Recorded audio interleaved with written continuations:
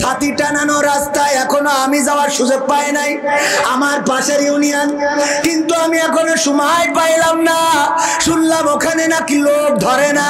ও বাবা, ইয়াং পোলাপানের সাথে সব শ্রেণী পেশার মানুষ যায়। ছাতি টানায় রেখেছে, সুন্দর সুন্দর রং বেরঙের রাস্তা, সারা দেশে নাকি ওই এলাকা ভাইরাল হয়ে গেছে। তারপরে আবার একটা টিকটক করার জন্য চেম্বার বানাইছে গোল করে, একটা মোটর লাগাইয়ে মোবাইলের স্ট্যান্ড বানাইতেছে, চারিপাশে ঘুরে, চোখে পড়েছে না পড়ে নাই। আর ওখানে তাকে নাকে ধিনতা নাচানাচি গাওয়া গাওয়ি কত কি, শুধুমাত্র এই বুরকা ছাড়া না, বুরকা ছাড়া না। এখন আবার বুরকাওয়ালারাও তাকে নাকে ধিনতা আছে না নাই, চোখে পড়ে না পড়ে না। আগে বুরকা ছাড়া নাচতো চেয়ারম্যান সাহেব, আর এখন ডাইরেক্ট বুরকা পরেও নাচছে। মনে হয় জামাত ইসলাম রাও বুরকা মডেলিং হয়ে গেছে। আসসালামু আলাইকুম ওয়া রাহমাতুল্লাহি ওয়া বারাকাতুহু। কেমন আছেন সবাই? ক্লান্ত হয়ে গেছেন? দুদিন ধরে মাহফিল চলছে বলে একটু কষ্ট বেশি হচ্ছে নাকি? একটুখানি আলোর সংখ্যাটা মনে হয় একটু কম হয়েছে, শর্ট টাইমে আয়োজন। আগামীতে আলোর দিকে একটু খেয়াল রাখতে হবে। আমি যদি না দেখতে পাই, আমাকে যদি না দেখতে পাই, একটু কষ্ট হয়ে যায় না? একটু কষ্ট হয়ে যায়। তো আগামী আয়োজনে আমি থাকি না থাকি, যেন আরো সুন্দর পরিমার্জিত এবং আরো কমপ্লিট হয়, সেদিকে খেয়াল রাখতে হবে ইনশাআল্লাহ। তো সময় যেহেতু চলে যাচ্ছে, আমরা 10টার মধ্যে, চেয়ারম্যান সাহেবও গুরুত্বপূর্ণ কথা বলেছেন। উনি যে কথাগুলো বলেছেন ওইগুলো সুর দিয়ে বললেই মোটামুটি ওয়াজ হয়ে যেত। আলহামদুলিল্লাহ, আল্লাহ চেয়ারম্যান সাহেবকে হায়াতে তাইয়্যিবা দান করুন, বলেন আমিন। এই জাতীয় চেয়ারম্যান দরকার, যারা কোরআনের পক্ষে কথা বলবে, যারা ইসলামের পক্ষে কথা বলবে, যারা কোরআনের মাহফিলের পক্ষে কথা বলবে। আমরা এমন চেয়ারম্যান চাই না যারা কোরআনের মাহফিলকে বন্ধ করে দিবে, সেই চেয়ারম্যানকে আমরা চাই। বরং এই জাতীয় যারা, তাদেরকে আমরা ছুঁড়ে ডাস্টবিনে ফেলে দেব ইনশাআল্লাহ। ইন্নাল হামদালিল্লাহি নাহমাদুহু ওয়া নাস্তাঈনুহু ওয়া নাস্তাগফিরুহু ওয়া নু'মিনু বিহি ওয়া নাতাওয়াক্কালু আলাইহি ওয়া নাউযু বিল্লাহি মিন শুরুরি আনফুসিনা ওয়া মিন সাইয়্যাতি আমালিনা মান ইয়াহদিহিল্লাহু ফালা মুদিল্লা লাহু ওয়া মান ইউদ্লিলহু ফালা هادي له ونشهد أن لا إله إلا الله ونشهد أن سيدنا محمدا عبده ورسوله الذي أرسله بالحق بشيرا ونذيرا وداعيا إلى الله بإذنه وسراجا منيرا فقد قال الله تعالى في كلامه المجيد والفرقانه الحميد সবাই পড়েন আউযু বিল্লাহি মিনাশ শাইতানির রাজীম বিসমিল্লাহির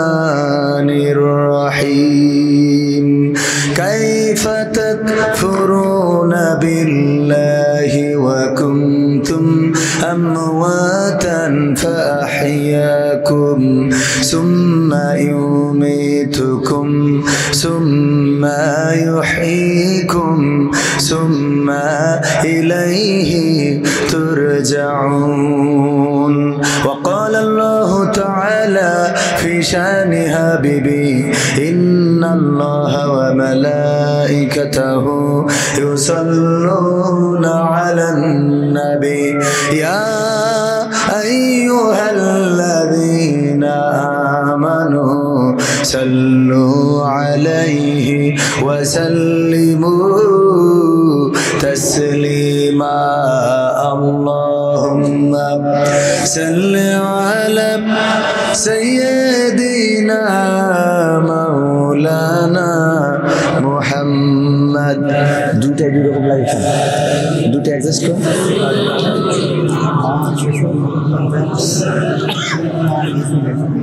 এসো হে রাসূল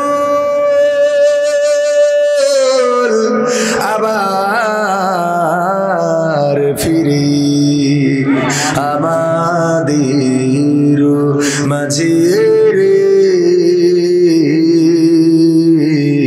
নতুন করে খুদবা দিতে কাবার মিনার পরে আল্লাহুম্মা সাল্লি আলা সাইয়্যিদিনা মাওলানা মুহাম্মদ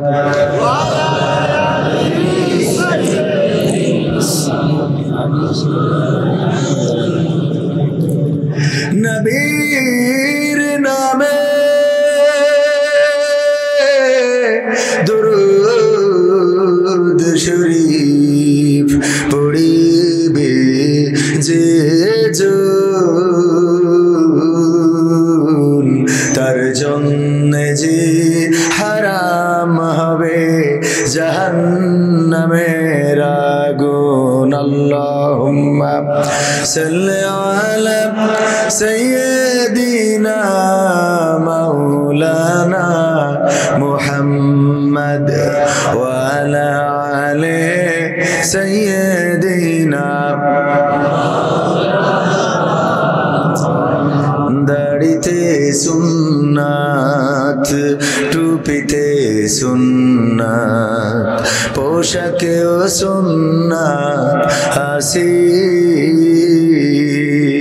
পাথরের আঘাত খাওয়া সেটা যে সুন্নাত কেন মনে হয় না তোমার কাছে কেন মনে হয় না তোমার কাছে নবীর প্রেমে তুমি দাওয়াতে তাবলীগ ধারণ করেছো বুকে সেই তুমি আজ কেন জুলুমের প্রতিবাদে আওয়াজ তোলো না মুখে নবীর প্রেমে তুমি দাওয়াতে তাবলীগ ধারণ করেছো বুকে সেই তুমি আজ কেন জুলুমের প্রতিবাদে আওয়াজ তোলো না মুখে মেসওয়াক করো তুমি রোজ প্রতিদিন মেসওয়াক করো তুমি রোজ প্রতিদিন সেখানেও সুন্নাত আছে পাথরের আঘাত খাওয়া মাঝে মাঝে জেলে যাওয়া সেটা যে সুন্নাত কেন মনে হয় না তোমার কাছে কেন মনে হয় না তোমার কাছে মিলাদুন নবীতে বড় সোচ্চার তুমি নাকি দেখানো লোক সেই তুমি জানলে না আমার রাসূল ছিলেন সফল রাষ্ট্রনায়ক মিলাদুন নবীতে বড় সোচ্চার তুমি নাকি দেখানো লোক সেই তুমি জানলে না আমার রাসূল ছিলেন সফল রাষ্ট্রনায়ক ওহুদের ময়দানে দাঁত ভাঙা ঘটনা ওহুদের ময়দানে দাঁত ভাঙা ঘটনা তোমার কিতাবে কি আছে পাথরের আঘাত খাওয়া মাঝে মাঝে রিমান্ডে যাওয়া সেটা যে সুন্নাত কেন মনে হয় না তোমার কাছে কেন মনে হয় না তোমার কাছে কথা ঠিক না বে ঠিক কালা পাড়িয়া মন্দিরা যুব সমাজের উদ্যোগে আয়োজিত 2 দিন ব্যাপী ঐতিহাসিক তাফসিরুল কোরআন মাহফিলের সমাপনী দিনের প্রধান অতিথি জনাব আজকে সভাপতিত্ব করছেন আপনাদেরই পরিচিত শ্রদ্ধাভাজন ব্যক্তিত্ব জনাব মোহাম্মদ আব্দুর রশিদ মাস্টার সাহেব। এছাড়া প্রধান অতিথি হিসেবে উপস্থিত থাকার কথা ছিল, হয়তো ব্যস্ততা কমলে আসতেও পারেন, জনাব মোহাম্মদ কাইয়ুম শাহরিয়ার জাহেদি হিজল সাহেব, মেয়র ঝিনাইদহ পৌরসভা। তাছাড়া অতিথি হিসাবে আরো উপস্থিত থাকার কথা জনাব মোহাম্মদ রফজেল হোসেন আছেন, উনি উপস্থিত আছেন আলহামদুলিল্লাহ। আজকে উদ্বোধন করেছেন জনাব মোহাম্মদ মাসুদুর রহমান, ইউপি সদস্য, 3 নম্বর ওয়ার্ড, 7 নম্বর রঘুনাথপুর ইউনিয়ন পরিষদের প্যানেল চেয়ারম্যান হিসেবেও দায়িত্ব পালন করছেন। আরো উপস্থিত আছেন অন্যান্য গণ্যমান্য ব্যক্তিবর্গ। আমার চেয়ারম্যান সাহেব আছেন, যিনি গতকালকে প্রধান অতিথি ছিলেন, আজকে উনি ওনার দায়িত্ব পালনে ছুটে এসেছেন। 7 নম্বর রঘুনাথপুর ইউনিয়ন পরিষদের সুযোগ্য চেয়ারম্যান, যাকে আপনারা নির্বাচিত করেছেন, জনাব মোহাম্মদ বশির উদ্দিন সাহেব। আমার আগে অত্যন্ত গুরুত্বপূর্ণ কথা উনি বলেছেন। মঞ্চে আরো গণ্যমান্য ব্যক্তিবর্গ যারা আছেন, যাদের পায়ের জুতা বহন করার যোগ্যতা আমি রেখে রাখি না, অনেকেই আছেন সামনে উপবিষ্ট, দিনদার ইমানদার মুসলমান ভাই বাবাজিরা, আমার থেকে অনেকেই ইলমে আমলে অনেক উপরে, আল্লাহর কাছে প্রিয় বান্দা অনেকেই আছেন। মাওলানা মুফতি মুহাদ্দিস কারি, যাদের জুতা জোড়াটা সোজা করে দিতে পারলে নিজেকে ধন্য মনে করতাম। পর্দার অন্তরালে আছেন মা এবং বোনেরা, আমার দাঁড়ানো যুবক ভাইয়েরা, সবাইকে অন্তরাত্মস্থল থেকে আনুষ্ঠানিকভাবে সালাম জানাচ্ছি, আসসালামু আলাইকুম ওয়া রাহমাতুল্লাহ। আমরা আল্লাহর শুকরিয়া আদায় করছি যে মহান রব দয়া করে মায়া করে আমাদেরকে মানুষের মধ্যে সৃষ্টি করেছেন, অথচ উনি চাইলে আমাদের অন্য কোনো প্রাণী করে পাঠাতে পারতেন না। আল্লাহর কোনো ঠেকা পড়ে নাই যে আমাদের মানুষ বানাইতেই হবে। আমাদের এই রূহটাকে একটা শিয়ালের রূহ হিসেবে আল্লাহ পাঠাইতে পারতেন, আমাদের রূহটাকে কুত্তার রূহ বানাই পাঠাইতে পারতেন, বাঘ সিংহ সাপ বেজি এগুলো বানাই পাঠাইতে পারতেন, কিন্তু আল্লাহ সেটা চান নাই। আল্লাহ রাব্বুল আলামিন আমাদের রূহটাকে আশরাফুল মাখলুকাত, সৃষ্টির শ্রেষ্ঠ জীব মানুষ হিসাবে এই রূহটাকে সিলেক্ট করেছেন, বাছাই করেছেন এবং পাঠিয়েছেন। এই জন্য আল্লাহর শুকরিয়া আদায় করে বলছি আলহামদুলিল্লাহ। আমি উদাহরণ দিতে যেয়ে মাঝে মাঝে বলি যে, মনে করেন আমাদের ডানে বামে বাগানে বনে জঙ্গলে শিয়াল আছে না নাই? এই শিয়াল দিনের বেলায় কি বের হয়? বের হয় না। শিয়ালের বাচ্চা হয়েছে, এখন বাচ্চা তো নিষ্পাপ, শিয়াল না হয় মুরগি ধরে খায়, কিন্তু বাচ্চা সেটা এখনো মুরগি ধরার বয়স হয় নাই, মায়ের দুধ খেয়ে বড় হয়েছে। এই বাচ্চাটা কোনোদিন কি মারে কইছে, মা আমি তো অপরাধ করি নাই, আমি একটু বাইরে যাই? বলেছে না? বলার সাহস হয়েছে? ওই শিয়ালের বাচ্চা কোনোদিন সাহস করে বলে নাই, মা আমি একটু জনগণের মধ্যে যাই, কেন আমি তো মুরগি ধরি না। কারণ ওরা জানে সৃষ্টিগত ভাবে আল্লাহ তাদের জানিয়ে দিয়েছে যে তোরা দিনের আলোয় বেরোবি না, তাইলে কিন্তু আশরাফুল মাখলুকাত পিটাই শেষ করে ফেলবে। ঠিক না বে ঠিক? বের হয় দিনের আলোয়। যেই শিয়ালটা সবচেয়ে ভালো, মনে করেন কোনোদিন কারো মুরগি ধরে নাই, কোনোদিন কারো মুরগি ধরা তো দূরের কথা, বরং অন্য যারা মুরগি ধরে তাদেরকে ওয়াজ করে করে শুনাইছে, দেখো মুরগি ধরো না, মানুষের ক্ষতি করো না, মানুষ এত কষ্ট করে মুরগি পালন করে, খামাখা তোমার খাওয়ার জন্য ব্যাঙ আছে, ইন্দুর আছে, সুসো আছে, আরো অন্যান্য প্রাণী আছে, এগুলো খাইতে পারো, মানুষের মুরগি কেন খাবা? যেই শিয়ালটা বলে, এই শিয়ালটা কোনোভাবে দিনের বেলা একটু সরিষার ক্ষেত থেকে বের হয়েছে, আর ওই দিন চেয়ারম্যান গেছিল একটু মাঠে ক্ষেত দেখার জন্য, চেয়ারম্যানের হাতে যদি পাইসনি এক কান থাকে, বলেন ছেলে মারবে না? মারবে না? অথচ ওই শিয়াল এত ইমানদার যে কারোর মুরগি তো ধরেই নাই, বরং অন্যদের আরো নিরুৎসাহিত করে, তারও কিন্তু রক্ষা নাই। এমন প্রাণী আল্লাহ বানাইয়া পাঠাইতে পারতেন না? পারতেন কি না? যদি বাঘ বানাইতো, সিংহ বানাইতো, তাও কি দাম বেড়ে যেত? না, দাম বাড়তো না। বাঘেরা সুন্দরবন থেকে কোনোদিন আন্দোলন করে নাই যে আমরা কেন সারা জীবন সুন্দরবনে থাকবো, এখন চলো আমরা মোটামুটি সাতক্ষীরা দখল করে নিই, বলেছে কোনোদিন? বলে নাই। আল্লাহ তাদের অটোমেটিক ওই জায়গার জন্য সৃষ্টি করেছে, তারা ওখানেই স্বাচ্ছন্দ্য বোধ করে। আশরাফুল মাখলুকাত হিসাবে মানুষকে সৃষ্টি করেছেন, শ্রেষ্ঠ জীব হিসাবে। এজন্য আল্লাহর শুকরিয়া আদায় করে বলছি আলহামদুলিল্লাহ। আমরা যেই সময় এখানে উপস্থিত হয়েছি, সেই সময় আজকে প্রথমেই বলে নিতে হচ্ছে, বেইলি রোড ঢাকা শহরে চেয়ারম্যান সাহেব আছেন এখানে, আপনারাও জানেন বনিয়াদমপুরে ছারখার হয়েছে। কত গল্প শোনা যাচ্ছে, কত হাহাকার, কত রোনাজারি, মায়ের কান্না, বাবার কান্না, ভাইয়ের কান্না, বোনের কান্না, তাদের গগন বিদারী চিৎকারে আকাশ বাতাস প্রকম্পিত হচ্ছে। কেউ বা জীবন মৃত্যুর সন্ধিক্ষণে আছে, জীবন মৃত্যুর সাথে পাঞ্জা লড়াতো যায় না, কিন্তু বেঁচে থাকার জন্য সংগ্রাম করতে হচ্ছে। হাসিনা, শেখ হাসিনা বার্ন ইউনিটে অনেকেই ভর্তি আছেন। ভাইরা আমার, আল্লাহ চাইলে আমাদেরকে ওরকম কোন পরিস্থিতির মধ্যে রাখতে পারতেন না। যারা এই পরিস্থিতির মধ্যে পড়েছে তারা তো আমাদের মতোই মানুষ, ঠিক না ঠিক? যারা 1 ঘন্টা আগেও জানতো না যে জীবনে এমন একটা পরিস্থিতি আসতে যাচ্ছে। একজন বাবার লেখা পড়লাম, বাবার সাক্ষাৎকার পড়লাম, তার মেয়ের জন্মদিন ছিল, জন্মদিন উপলক্ষে সেখানে গিয়েছে কেক কাটতে, আর মেয়ে বলল যে বাবা আমাদের জন্মদিনটা কি আজকে আমাদের মৃত্যুদিন হতে যাচ্ছে? জন্মদিনটাও মৃত্যুদিন হতে যাচ্ছিল। বেঁচে ফিরেছেন, কিন্তু 45 জনেরও বেশি মৃত্যুবরণ করেছে, নিখোঁজ আছে এখনো আরো এরকম 2-4 জন খবর পাওয়া যাচ্ছে। ভাইরা আমার, এই পরিস্থিতি, এ জাতীয় পরিস্থিতি থেকে যে আল্লাহ আমাদেরকে মুক্ত রেখেছেন তার শুকরিয়া আদায় করার দরকার আছে না? সবাই বলছে আলহামদুলিল্লাহ।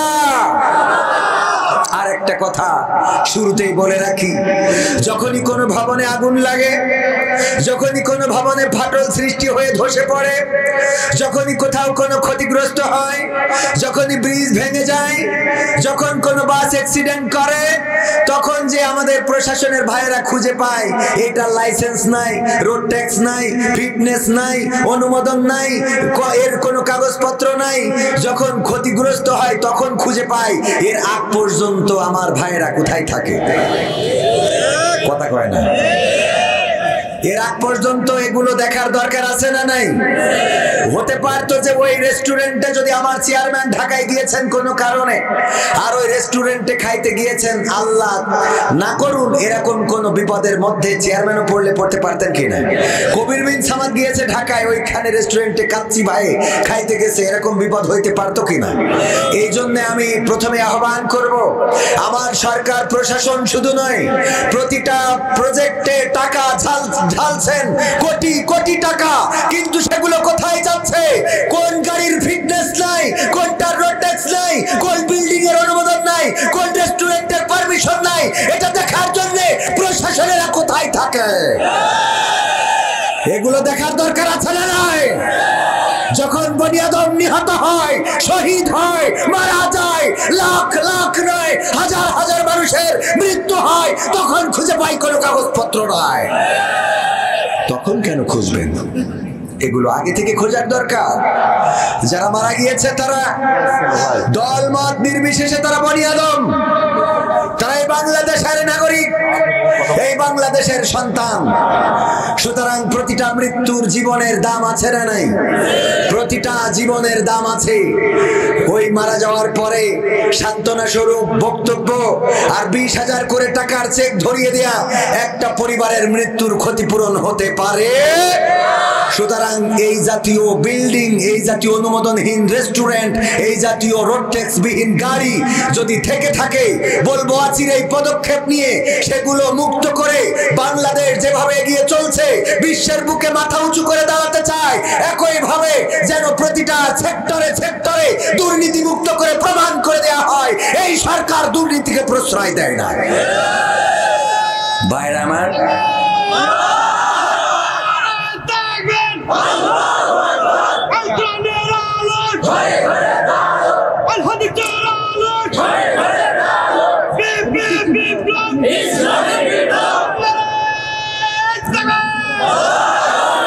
সম্মানিত ভাইরা আমার, যে মানুষগুলো তারা আমার আপনার হয়তো রক্ত সম্পর্কীয় কেউ নয়, আপনি মনে করলেন যে আমার ঝিনেদার কোনো মানুষ নয়, আমার হরিণা কুণ্ডের কোনো বাসিন্দা নয়, আমার এই কুলবাড়িয়া বাজারের কোনো লোক নয়, আমার চেয়ারম্যান মনে করলো যে আমার ইউনিয়নের লোক নয়, আমি চিন্তা করলাম আমার ঝিকরগাছার লোক নয়, আমার যশোরের লোক নয়, আমার আপন কোনো মানুষ দোষ নয়, কিন্তু এই জাতীয় ঘটনাগুলো যখন ঘটে, দুর্ঘটনাগুলো যখন ঘটে, তখন আমি আপনি নিজেরাই যে আক্রান্ত হব না তার কোনো গ্যারান্টি আছে নাকি? তার কোনো নিশ্চয়তা নেই। সুতরাং যারা বিপদে পড়েছে, আজকের মুসিবতে যারা পড়েছে, যেই সকল প্রাণগুলো চিরতরে পৃথিবী থেকে পুড়ে আঙ্গার হয়ে বিদায় নিল, আমরা দোয়া করি আল্লাহ রাব্বুল আলামিন যেন তাদেরকে ক্ষমা করে দেন, আল্লাহ যেন তাদের জান্নাত নসিব করে দেন। পাশাপাশি আমরা বলবো এই জাতীয় ঘটনা যেন পুনর্বার আর না ঘটে, সেই ব্যাপারে অবশ্যই পদক্ষেপ গ্রহণ করা লাগবে। দরকার আছে না নাই? কত গল্প, কত কষ্টের গল্প আমরা প্রায়ই শুনি।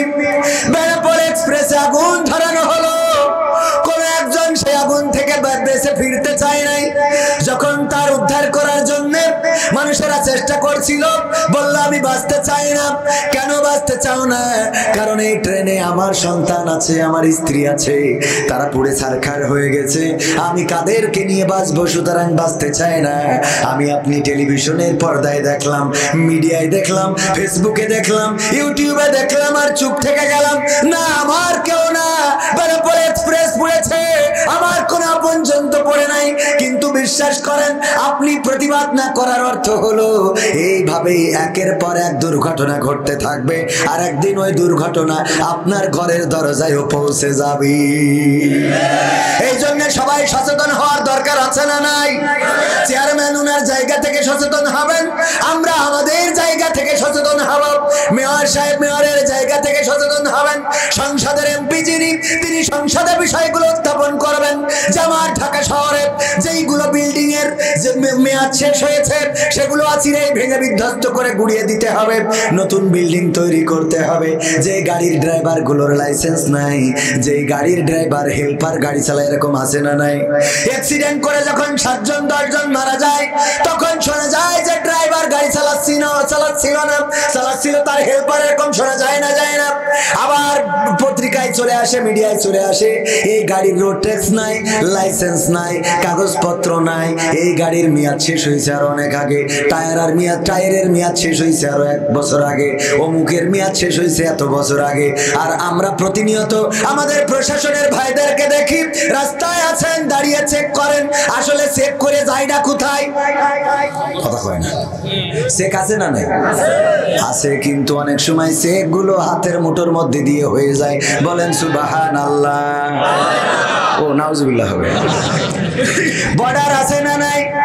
বর্ডার দিয়ে বল্টু বাইসাইকেলে করে আধা বস্তা বালু নিয়ে ঢুকতেছে।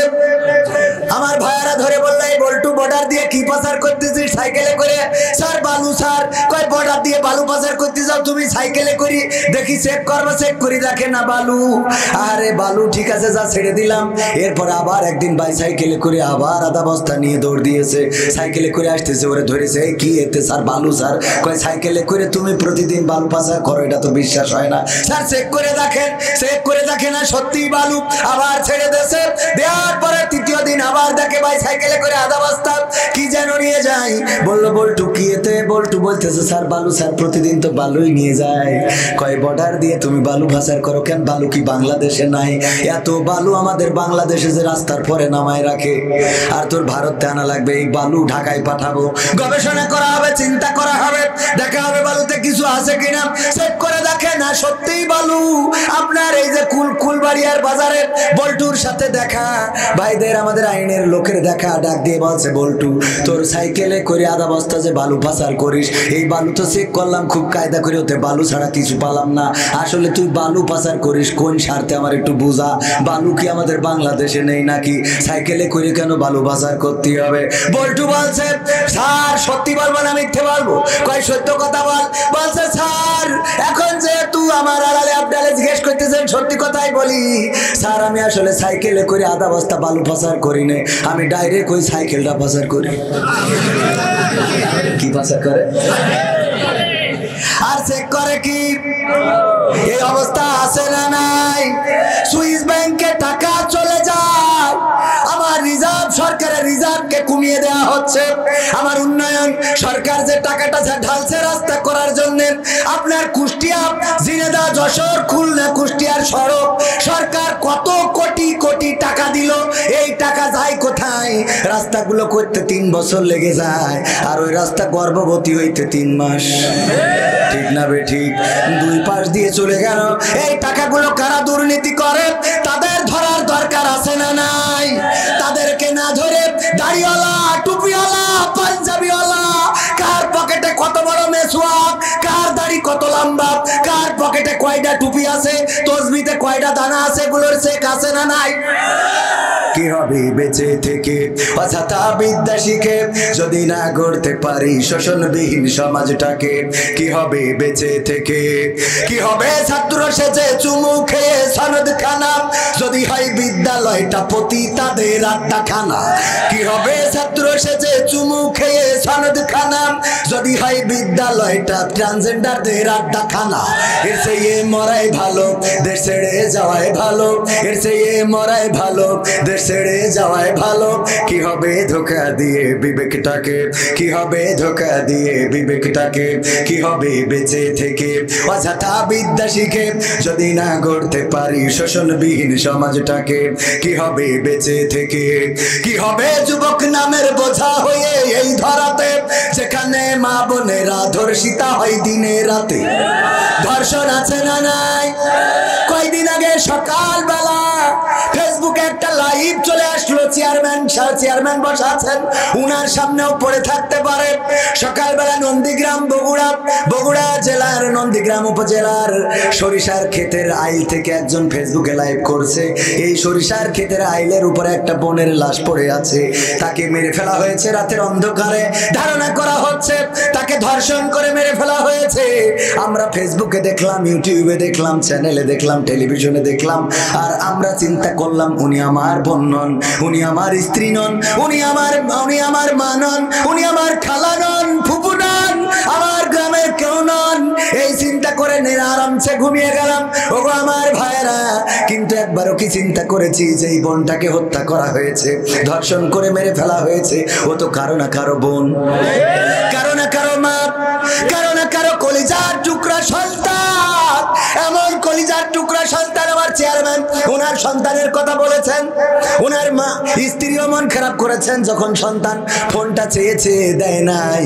আসলে ওনারও বোন কি চাই নাকি যে দেবে না, কিন্তু জানে কিছু কিছু কষ্ট না করলে সন্তান নষ্ট হয়ে যাবে।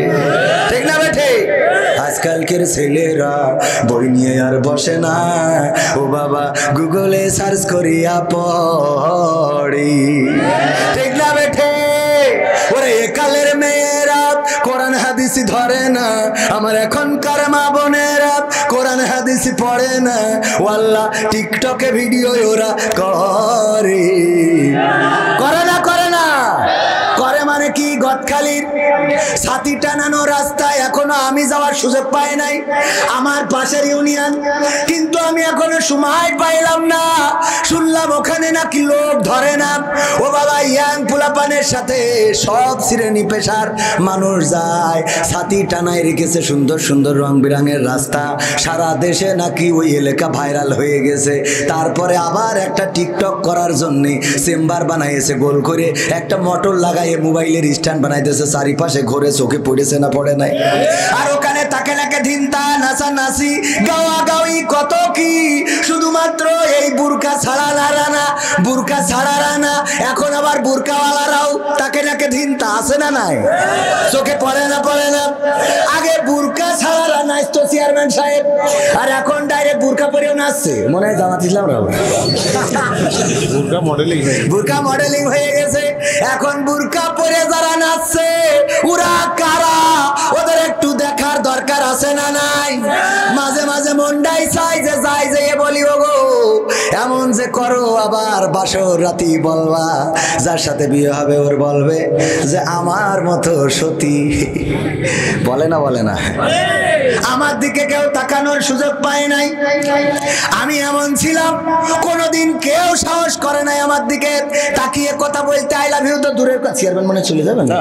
আছেন, যাক আলহামদুলিল্লাহ। চেয়ারম্যান থাকলে ভালো না মন্দ, আমরা চেয়ারম্যান সাহেব অনেকেই আছেন মাহফিলের পক্ষে কাজ করে না, আবার আসলেও বেশি সময় দেয় না, কিন্তু আপনাদের চেয়ারম্যান অনেক ভালো, বলেন আলহামদুলিল্লাহ। অনেক মাহফিলে গেলে বলে হুজুর, চেয়ারম্যান সাহেবই বলে দেয় হুজুর সময়টা তো বড্ড খারাপ, আপনি তো ভাই সব জানেন, বুঝে শুনে কথা বলে ওয়াজের রীতি টানেন, উস্কানি ফুস্কানি মূলক বলবেন না কোনো কথা, এই মঞ্চে রাজনীতি ভাই করবেন না অযথা, আমরাও ভাই কোরআন জানি মানি মোটামুটি, ঝামেলাতে থাকি মাঝে মাঝে নিয়ে ভোটা ভুটি, মক্তবেতে শিখেছিলাম আলিফ বা তা সা, কোরআন হাদিস মোটেও জানি না এমন কিন্তু না, তাই রাজনীতি চলবে না ও হুজুর, রাজনীতি চলবে না, তাই রাজনীতি চলবে না ও ভাই, রাজনীতি চলবে। এবার বলে হুজুর শোনেন, আপনি মনে করছেন আমরা মাহফিলে এবার প্রথম দিছি? না, অনেক মাহফিল আমরা ইতিপূর্বেও দিছি, আর আমি নিজেও কত মাহফিলে যাই। আমি বললাম তাই কি? বলছে আমরা একবার এক হুজুর আনিলাম, তা কি হইল?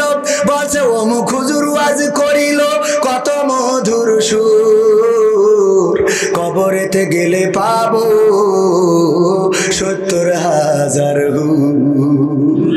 এমন ওয়াজ আছে না নাই? এমন ওয়াজ করলে কোনোদিন হাতে হাত করা পায়ে ডান্ডা বাড়ি কি লাগবে? অমুক হুজুর ওয়াজ করে কত মধুর সুর, কবরেতে গেলে পাবো ৭০,০০০ হুর। অনেক দোয়া আছে পড়লে কোটিতে সওয়াব, সারা জীবন পাপ করিলেও পেয়ে যাব মাপ, বাপ দাদারে নাজাত দিতে করেছি ৪০, আমার বেলায় ৪টা গরু গোয়াল ঘরে পোষা, আমিও ভাই কিছুটা জানি মানি না তা না, ছোটবেলায় শিখেছিলাম আলিফ বা তা সা, তাই রাজনীতি চলবে না ও হুজুর, রাজনীতি চলবে না, তাই রাজনীতি চলবে না ও ভাই, রাজনীতি চলবে। এবার বাচ্চা হুজুর শোনেন, আপনি মনে করছেন আমি ইসলাম মানি না মানি? আমি বললাম কি মানেন? বাচ্চা হুজুর মিলাদ করি, কিয়াম করি, যায় বাবার মাজারে, হয়তো একটু বিড়ি টানি কুলবাড়িয়ার বাজারে, আছে না নাই?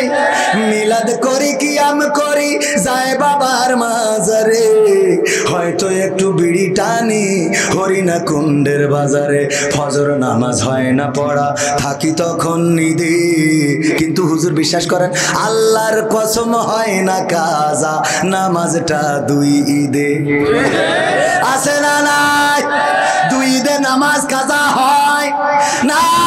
আবার অন্য ঘটনা ঘটে, ঈদের চাঁদ দেখার জন্য গেলাম, যাওয়ার পরে দেখি আকাশ মেঘলা, কুয়াশায় আচ্ছন্ন, দেখা যায় না। আমার ছেলে বলছে আব্বা বাড়ি চলো। বললাম কেন, ঈদের চাঁদ দেখা লাগবে না? বলছে না, টেলিভিশন জুড়বানে, ওখানে খবরে বলবে। টেলিভিশন খাটালাম, দেখি বলছে আগামীকাল সকাল ৯টার সময় ঈদুল আজহার জানাজার নামাজ হবে রে। ঈদুল আজহার কে নামাজ সহ্য না করি পারা যায়? আর জানা যায় যে বলে শিগগিরই পার্টি নিয়ে আয়, সবাই দাঁড়ায় গেল সিজদা দেবে কনে। জানা যায় যে সিজদা খোঁজে না যেই দ্বিতীয় তাকবীর বলে, রুকুতে যেই বলে আমি একাকার, আর লোক কই আবার উঠে দাঁড়ায়, আর ঈদের নামাজে যে ইমাম ৬ তাকবীরের সাথে হানাফি মাযহাব অনুযায়ী যেই তাকবীর দেয় ও রুকুতে যায়, আবার ওঠে, আবার তাকবীর দেয়, আবার রুকুতে যায়, আবার ওঠে, আবার তাকবীর, আবার কয় এই নামাজ কি ডিজিটাল হয়ে গেল নাকি? হ্যাঁ, এই ইমাম সাহেবরা কবার করে রুকু করাবে আমাদের আসলে কভার করে রুকু করে না ঈদের নামাজ জানার মধ্যে ভেজাল আছে, ভেজাল আছে না নাই? জানার দরকার আছে না নাই?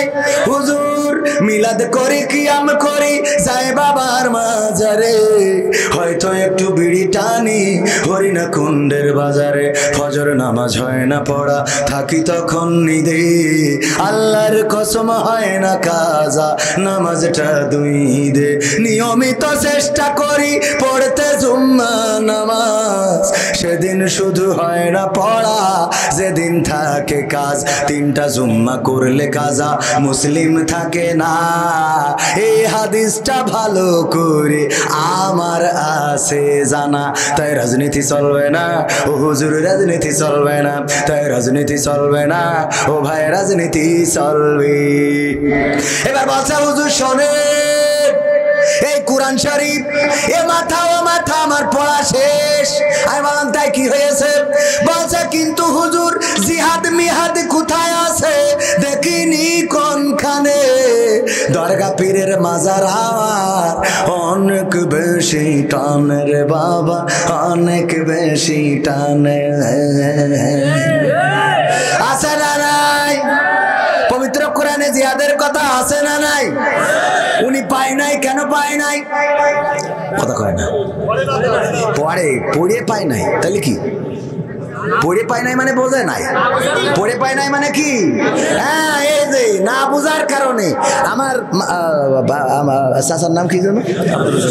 হ্যাঁ, আব্দুর রশিদ মাস্টার। আব্দুর রশিদ মাস্টারের একটা দোকান আছে কুলবাড়িয়ার বাজারে, তো দোকানে অনেক ভিড় হয়, তো ভিড় হওয়ার কারণে উনি চিন্তা করলো একটা লোক না রেখে বুদ্ধি করে একটা ময়না পাখি পুষেছে। ময়না পাখি শিখাইয়েছে যে লাইন দাও এক এক করে এসো, লাইন দাও এক এক করে এসো, লাইন দাও এক এক করে এসো। এই যখন লোকের ভিড় হয়ে যায় তখন ময়না পাখি ডাকে লাইন দাও এক এক করে এসো, লাইন দাও এক এক করে এসো। তো এই বললেই মানুষ লাইন দেয়, এক এক করে আসে, পাখি বলে দিচ্ছে। তো এই কারণে উনি ওই ময়না পাখি বুঝেছে। এখন হঠাৎ করে রোজার মাস আসছে না, তো উনি কিছু চুলা চাইল ডাইল গত বছরের ছিল সিমাই চিনি, এই বছর ওইটারে ওই ডেট এক্সপায়ারের ডেট মুছে ফেলাই দিয়ে বেঁচে দিতেছে। দেওয়ার পরে খাওয়ার পরে মোটামুটি সব অটো হয়ে গেছে, পায়খানা ঘরে যায় আর আসে। পরের দিন সবাই গেছে কুপান দেওয়ার জন্য যে রশিদ মাস্টার সাহেব আপনি এই দোকানতে যা বেঁচেছেন এ খেয়ে তো সবাই বেকায়দা অবস্থা, আজকে রোজা রাখতে পারিনি, একদম শেষ করে ফেলবো। তো সবাই মোটামুটি জটলা পাকাইয়ে মাছ ধর শুরু করে দিয়েছে। ময়না দেখছে ভিড় যখন বেঁধে গেছে, ময়না বলতেছে লাইন দাও এক এক করে এসো, লাইন দাও এক এক করে এসো, লাইন দাও এক এক করে এসো। এখন ওই ময়নার কথা মতো যদি বাজারের লোক সব লাইন দিয়ে এক এক করে আসে, তা উনার কি আর হাসপাতাল পর্যন্ত নেওয়ার দরকার হবে? বলেন দরকার হবে? ডাইরেক্ট বাজার থেকে কাপড়ে অন্য ভিড়ির মধ্যে তো তাও দুই একজন ঠেকায়, ঠেকায় না? ঠেকায় না? দুই একজন ঠেকায়, দুই একজন মারে, একজন মারতে যে আরেকজনের গায়ে লাগে, মোটামুটি কিছু বাঁচবে। কিন্তু লাইন দিয়ে এক এক করে যদি এসে সবাই মারার সুযোগ পায়, তা ডাইরেক্ট কুলবাড়িয়ার থেকে এবার কাপড় সব বাড়ি আসা লাগবে না? তো পাখিটা কি আসলে বোঝে যে ও কি বলছে? কথা কি বোঝা গেছে? এই জন্যই এই জাতি হইলো ময়না পাখি, আছে না নাই? ওরা সঠিকভাবে আসলে কোরআন বোঝে, এই জন্য বলে হুজুর এটা হবে না, এটা চলবে না, এটা বলবেন না, এটা করবেন না। যখনই বসবে তখন বলবে যে না হুজুর এইটা বলেন, বলতেই হবে, আপনি না বললে আপনার বাড়ি যাইতে হবে না। চা খাবার কখন আর থাক, আপনি যখন আসেন 12টার মধ্যে শেষ করবো। এই চেয়ারম্যান সাহেবের চা না দিয়ে আমার দিয়েছে না, এইটা একটু গরম করে আমি হলো আলোচনার মধ্যে চা খাই, ওরা জানে না, তাই আন্দাজে দিয়েছে। আমি এখন ইয়াং ফুলাবান তো লাগে না চা ভাই, এইটাই মাঝে মধ্যে একটু ঝামেলা হয়ে যায়। আমি বলবো আমার ঝামেলার কথা, বলবো ঝামেলা কেমন হয়, হঠাৎ দেখা যায় উল্টো পাল্টা কথা হয়তো বলে ফেলি। চেয়ারম্যান সাহেব আছে মনে করা যাবে না, কারণ আমরা ছোট মানুষ, এখনো আমাদের সেই পাকাপোক্ত জ্ঞান এখনো হয়নি। কারণ আমরা জ্ঞান হবে কি, আমরা আশা ধরিয়ে দেখছি যে আমাদের আওয়ামী সরকার ক্ষমতায়, রাজনীতি সম্বন্ধে আমাদের কোনো জ্ঞান হয়নি। এই জন্য অনেক কথা এখন আমরা বুঝে পারিনি, হঠাৎ বলে ফেলি। এইগুলো মনে করা যাবে না। এক হুজুর উনি রমজানের তারাবি পড়ায়, ইফতার করি যে এতে শুয়েছে, হঠাৎ ঘুম এসে গেছে, ঘুমিতে উঠে দেখে তারাবির টাইম 10 মিনিট পার হয়ে গেছে। ও ঝাঁপ দিয়ে উঠে তাড়াতাড়ি আলনাই ছিল পাঞ্জাবি, ওইটা ঘাড়ের উপরে দিয়ে নিয়ে মসজিদে দৌড়। মসজিদে গেলে সভাপতি তো খেপে গেছে, এই ইমাম সাহেব এই কয়টা বাজে, 10 মিনিট পার হয়ে গেছে, আপনি এত দেরি করে আসলেন? তো বলছে কি করবো, একটু ঘুমাই পড়িলাম, এই জন্য ঘুমাই পড়িলাম। তা আলিফ লাইলা দেখবো কখন? তখন আবার আলিফ লাইলা হইতো, মনে আছে আপনাদের? আলিফ লাইলা দেখবো কখন? হুজুর কয় আমি টাইনিয়ে দেবো না, সমস্যা নেই, আমার কাছে লাইন আছে। তো বলছে যে আচ্ছা ঠিক আছে তাহলে নেন তাড়াতাড়ি। তো বলছে পাঞ্জাবিটা গায়ে দিয়ে নি। তো দেন, আর পাঞ্জাবি গায়ে দিচ্ছে, দিতে দিতে আরো 5 মিনিট শেষ। সভাপতি তো আরো মিজাজ করে, এই আপনার কি হচ্ছে, কি হয়েছে হুজুর? তো বলছে ভাই পাঞ্জাবি গায়ে দিচ্ছি তো সে হাতা খুঁজে পাচ্ছি না। এই হ্যারিকেনের আলোটা ভলিউম বাড়াই, হুজুর গলার কাছে ধরতেন, হাতা খুঁজে পাচ্ছে না, আজকে আলিফ লাইলাটাই মাটি করি ভালো হুজুর। তো হ্যারিকেন জোর দিয়ে গলার কাছে ধরি দেখে হাতা খুঁজে পাবে কি, ওই তাড়াহুড়ো করে আসতে যাই আড়াই ছিল বোর ছায়া, ওই এনে গলায় পড়ায় বসে দিল। তো ওকে কি আমার পর্যন্ত হাতা খুঁজে পাওয়া যাবে? তো এই জন্যই মনে করেন আমরা ওই মাঝে মাঝে কথা বলতে যাই দুই একটা ওইরকম হয়তো হাতা ছাড়া বলে ফেলতে পারি। তো এটা মনে কিছু করা যাবে? হুজুর ওই যে মানে কোরআনের ওইটা মনে আছে তো, জিহাদ মিহাদ কোথায় আছে পাইনি কেন, আরেকটা বলবো বললে বুঝতে পারবেন। আব্দুল্লাহ আলামিন ভাই চেনেন না? উনার এই উদাহরণটা, উনার ক্রেডিটটা উনার, আমার না। উনি বলতেছে এক মসজিদের, আজকে তো বরিশাল আর কাদের খেলা হচ্ছে, কুমিল্লা ফাইনাল, হ্যাঁ কুপাকুপি, ওইসব বাদ দিয়ে যে আপনারা এখানে আছেন আলহামদুলিল্লাহ। আমার যুবকেরা ডান পাশে দাঁড়ানো, ওদের অবশ্যই এনার্জি অনেক বেশি, বস্তি বললেই চলে যায় অনেকে, এই জন্য আমি বস্তি বলি না, যে বস্তি বললেই চলে যায় তার থেকে দাঁড়ায় থাকবো সেই ভালো। দাঁড়ায় থেকে যদি থাকে তা সেটা ভালো, কিন্তু চলে গেলে খারাপ লাগবে। আপনারা কি চলে যাবেন? এই দাঁড়ানো মানুষরা চলে যাবেন? কেউ চলে থাকবেন? তো ভিতরে যদি জায়গা থাকে এখানে বসলে সওয়াব আছে না নাই? ওয়াইযা কুরিয়াল কুরআনু ফাসতামিউ লাহু ওয়া আনসিতু লাআল্লাকুম তুরহামুন। আমার আল্লাহ বলছেন যখন তোমাদের সামনে কোরআন তেলাওয়াত করা হয়, কোরআন থেকে পড়া হয়, কোরআন থেকে বলা হয়, কোরআন শোনানো হয়, তখন তোমরা চুপ থাকো এবং হৃদয়ের কান দিয়ে শোনো, যাতে করে তোমাদের উপরে আল্লাহর রহমত বর্ষণ হতে পারে। বলেন সুবহানাল্লাহ। সেই আল্লাহর রহমত আমরা চাই না। আমার যুবকেরা যদি এখানে বসে যেতে পারে, রহমত করবেন কে? সেই আল্লাহর রহমত যদি পায়, এর থেকে আর পাওয়া কিছু হতে পারে না। যার উপরে আল্লাহর রহমত আছে তার আর দুঃখ নেই, ভয় নেই, কষ্ট নেই, তার আর দুঃখ ক্লেশ কিছুই নেই। বলেন সুবহানাল্লাহ। আর যার উপরে আল্লাহর রহমত নেই, এই মানুষটা দেখবেন আয় করে কিন্তু টাকা থাকে, আয় করে টাকা থাকে না, ওষুধ খায় কিন্তু রোগ সারে না। আছে না নাই? ওষুধ খায় রোগ সারে না। সংসারে এত জায়গা জমি বাড়ি ঘর কিন্তু শান্তি নাই, এমন আছে না নাই? কারণ আল্লাহর রহমত নাই। অথচ একজন ইমামের দিকে তাকিয়ে দেখেন, 3000 4000 5000 টাকা বেতন, হুজুর মানুষ সংসারে কত শান্তি, এত শান্তি যে একজন বড় লোকের 2টার বেশি ছেলে পিলে নেই, কিন্তু হুজুরের 5-7টা গুণে বালিশ গুণে বলা লাগবে। ঠিক না বে ঠিক? মিল মহব্বত আছে না নাই? মিল মহব্বত না থাকলে কি ছেলে পিলে হয়? আগে তো ছেলে পিলে হইতো, আল্লাহ দিত, আর এখন চেয়ারম্যান ছেলে পিলে আল্লাহ দেয় না, এখন নেয়। এখন কি করে? আগে যদি চেয়ারম্যানে জিজ্ঞেস করা হইতো, চেয়ারম্যান সাহেব বাইসে খাইছে কয়জন, বলতো আল্লাহর মাল আল্লাহ দিয়েছে 5টা, এরম বলতো না? এখন যদি জিজ্ঞেস করেন কবির বিন সামাদের কাছে, কবির বিন সামাদ ভাই আপনার ছেলে পিলে কয়টা? কয় আমরা 2টা নিয়েছি আর একটা নেবো করতেছি। ও 2টো নিয়েছে আর একটা নেবো করতেছে। আমার স্ত্রী অবশ্যই নীতি চাচ্ছে না। ও ওর স্ত্রী নীতি চাচ্ছে না, কত বড় জাহেল। আবার বিয়ে করার পরে 2 বছর 3 বছর হয়ে গেছে, জিজ্ঞেস করা হয় দোস্ত বাচ্চা কাচ্চা হয়েছে? কয় আমি আমার স্ত্রী পরামর্শ করেছি যে আমরা 5 বছর কোনো বাচ্চা নেবো না। 5 বছর নেবে না, আল্লাহ আগে আল্লাহ দিত আর এখন ওরা নেয়। 5 বছর নেবে না, 5 বছর পরে তারপরে আল্লাহর বলবে অনুমতি দিলাম। নাউজুবিল্লাহ বলবেন না? কত বড় খাটাসের খাটাস, সহ্য না করি পারা যায়? এই যুবকেরা কি বসা যাবে না? দাঁড়ায় থাকবেন, চলে যাবেন না, অসুবিধা নেই, আর বসতে বলবো না। আল্লাহর নবীর একটা হাদিস শুনাই। বিশ্ব নবী সাল্লাল্লাহু আলাইহি ওয়াসাল্লাম যখন কোরআন হাদিসের বয়ান করতেন, যখন রাসূল কোনো কথা বলতেন, আল্লাহ এবং আল্লাহর দ্বীন নিয়ে কথা বলতেন, যদি কোনো যুবক এসে দাঁড়িয়ে যেত, রাসূল যুবকদেরকে এত মহব্বত করতেন, নিজের গায়ের চাদরটা পুটলি করে ছেলে দিতেন, ওগো যুবকেরা নাও এটা বিছাও এবং ওখানে বসে পড়ো। এই মাহফিলের সৌন্দর্য হলো বসে যাওয়া। আল্লাহ রাসূল যুবকদের এত ভালোবাসতেন। বলেন সুবহানাল্লাহ। কিন্তু আমরা যুবকদেরকে ভালোবাসি, আমার যুবকরা যখন মসজিদে যায় তখন অনেকে বলে তুই পিছনে দাঁড়া, বলে না? অথচ যুবকদের সামনে দেওয়ার দরকার আছে না নাই? যেই লোক পিছনে দাঁড়াতে বলে যুবকের সাথে খারাপ ব্যবহার করে, এই লোক যৌবনকালে নামাজ তো পড়ে নাই, অনেক মানুষের বেড়া ভেঙে বেড়াইছে। ঠিক না ঠিক? এখন বুড়ো বয়সে মসজিদে কেন মসজিদে? কারণ ওর পুত্র এবং পুত্রবধূ পান্তা ভাত খাচ্ছিল, হঠাৎ করে ওর কাশি উঠে গেছে।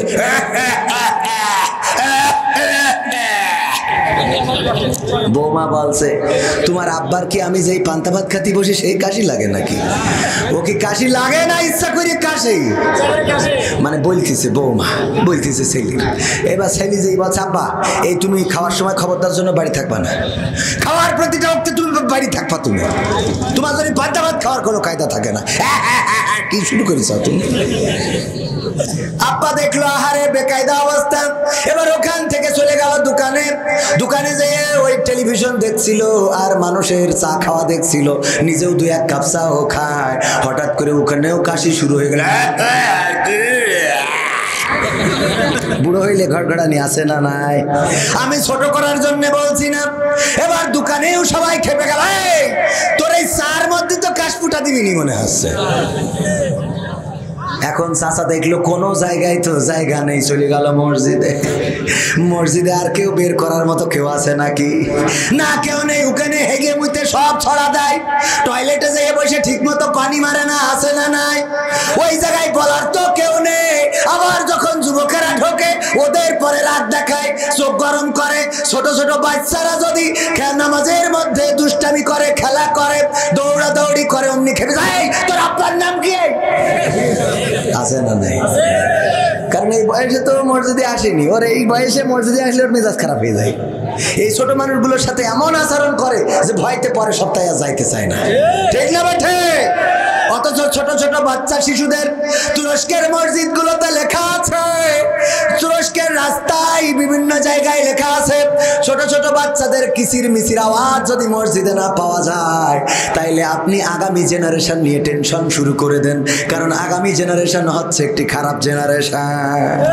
এই জন্য মসজিদে যাওয়ার দরকার আছে না নাই? যারা মসজিদে যায় তারা খারাপ হইতে পারে, যারা নামাজ পড়ে তারা চোর হইতে পারে, যে জুতো চুরি করে সে আসলে নামাজি না, বরং জুতা চোর।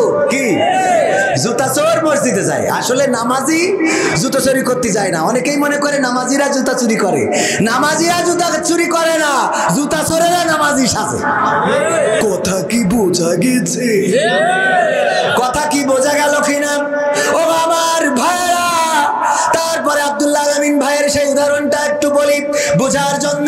আল্লাহ, আমার ভাই বলতেছে, আলামিন ভাই বলতেছে, বিপিএল এর যে ফাইনাল খেলা বরিশাল টু কুমিল্লা, এক মসজিদের মুসাল্লি ছিল একটু কানা, চোখে কম দেখে, আর একজন মুসাল্লি, আর একজন যিনি ইমাম ছিলেন, উনি একটু খুঁড়া ন্যাংড়া, পায়ে খাটো, একটু খুঁড়ায় খুঁড়ায় হাঁটে, এই জন্য মানুষ বলে খুঁড়া হুজুর। আর যিনি মুসাল্লি উনারে বলে কানা, কানা মুসাল্লি। এরকম আছে না নাই? চোখে একটু কম দেখার কারণে কানা বলে। দুইজনে তর্ক করতেছে, এবার কুমিল্লা ভালো খেলছে আর হুজুর বলে না বরিশাল ভালো খেলছে। ইয়া তুমি আমার বোঝো আন্ডা, এইবার দেখবা বরিশাল তোমার বিশ্বকাপ লইয়ে যাইবে। বরিশাল ভালো খেলতে আছে, সমস্যা নাই, হারবে আনে না, এই কথা বলতেছে হুজুর। আর কুমিল্লার পক্ষে মুসাল্লি সে বলতেছে না কুমিল্লা জিতবে। দুইজনে তর্ক বিতর্ক, হঠাৎ মাগরিবের আজান, বলছে চলো মসজিদে যাই, নামাজ আদায় করি। নামাজের মধ্যে ইমাম সাহেব তেলাওয়াত করতেছে, ওয়া কানা মিনাল কাফিরিন। কানা বলছে হুজুর, মনে মনে, সরাসরি না, নামাজের মধ্যে তো সরাসরি তো বলা যায়। হুজুর কত বড় খারাপ, ক্রিকেট খেলা নিয়ে তর্ক হইলো চার দোকানে, আর এখন মসজিদে এসে নামাজের মধ্যে দিয়ে কয় ওয়া কানা মিনাল কাফিরিন, আমি কানা কাফের। বুঝা গেছে? হুজুর এত বড় কষ্ট আপনি দিলেন আমার, এক ক্রিকেট খেলা নিয়ে আমার এক কানা কাফের বানাইলেন, এ তো সহ্য করা যায় না। হুজুর আপনারা আজকে মাফ করে দিলাম, তবে আগামী কোনদিন যদি আপনি পড়েন ক্ষমা করব না। এবার আর একদিন যেদিন ইমাম তেলাওয়াত করেছে ওয়া কানা মিনাল কাফিরিন, কানা বলছে হুজুর আজকে আর মাফ করলাম না, ক্ষমা করলাম না। আপনি ইমাম সাহেব এক ক্রিকেট খেলা নিয়ে কয়দিন আমার কাফের বানাবেন? আগের দিন বলেছেন আমি কিছু মনে করি নাই, কিন্তু আজকে আবার বললেন, অথচ আমার মুরগির কিডনি ফুসফুসে সব খুলে নিয়ে আপনার খাওয়ায়, ঠিক না বেঠিক? টিফিন বাক্সের মধ্যে ভরে দিই, হাড় দিই না, তুজো গোশতগুলো আপনাকে দিই, আর আপনি আমার বলেন ওকানা মিনাল কাফিরিন। আপনি ইমাম, আপনার পড়ার অধিকার আছে, আমি মুসাল্লি, আমারও লুকমা দেওয়ার অধিকার আছে। আমি লুকমা দিচ্ছি, আল্লাহু আকবার, ওয়া কুনা মিনাল ফাসিকিন। আমি কানা কাফের হইলে তুমি কুড়া ফাসিক। তাহলে কোরআন কি বোঝাবো, যে বোঝা কি গেছে? হুজুর জিহাদ মিহাদ কোথায় আছে দেখিনি কোনখানে, দরগা পীরের মাজার আমার অনেক বেশি টানে, সেথায় গেলে শর্টকাটে ভাই জান্নাত পাওয়া যায়, পরকালে তোরাই নেবে চিন্তা তেমন নাই। পীর সাহেবের কাছে মুরিদ, আমি আমার নেতা, বছর বছর নাজরানা দিই আমি আবার সেথা, হইলে ওরস কোনোভাবে মিস তো করি না, ওখান থেকে আল্লাহ রাসূল হয়েছে জানা, তাই রাজনীতি চলবে না ও হুজুর, রাজনীতি চলবে। আমরা বলি চলবে না, কোরআনের স্টেজে কোনো রাজনীতির কথা বলা যাবে না, এটা রাজনীতির কথা বলার জন্য এই আয়োজন করা হয় নাই, কিন্তু কোরআনের নীতির কথা বলার দরকার আছে না নাই? কোরআনের নীতি, কোরআনের আইন যদি বাংলার জমিনে কায়েম থাকতো, তাইলে চোর থাকতো না, জেনাকার থাকতো না, বদকার থাকতো না, পাপ করার মতো মানুষ পাওয়া যেত। ওই গদখালিতে যে ঘুরে ঘুরে টিকটক করে আমার সোনামণিরা, আমার যুবকেরা, যুবতীরা, আমার দেশের সম্পদ যারা, তারা এখন ওইগুলো না করে অন্যান্য দেশগুলো যখন আবিষ্কার করছে ড্রোন, আবিষ্কার করছে স্যাটেলাইট, আবিষ্কার করছে বিমান, আবিষ্কার করছে কামান, আবিষ্কার করছে বিভিন্ন জিনিস, যেই জিনিসগুলো আমার দেশে আবিষ্কার করা তো দূরের কথা, আমার দেশের ব্রিলিয়ান্টরা ওইগুলো পড়ে, যে লাইট আবিষ্কার করেছে কে, এইটা পড়ে পরীক্ষা দেয়, বিদ্যুৎ আবিষ্কার করেছে কে, এইটা পড়ে পরীক্ষা দেয়, সবচেয়ে বড় দীর্ঘ সেতু আবিষ্কার করেছে কারা, রূপপুর পারমাণবিক বিদ্যুৎ কেন্দ্র বানাচ্ছে কারা, রাশিয়া থেকে এসে বানাচ্ছে, পদ্মা সেতু নির্মাণ করলো কারা, চীনের এক গ্রুপ, তারা এসে পদ্মা সেতু বানাইলো। এইগুলো পড়ে পড়ে আমাদের দেশের ইঞ্জিনিয়ার হয়, বলেন ঠিক না বেঠিক?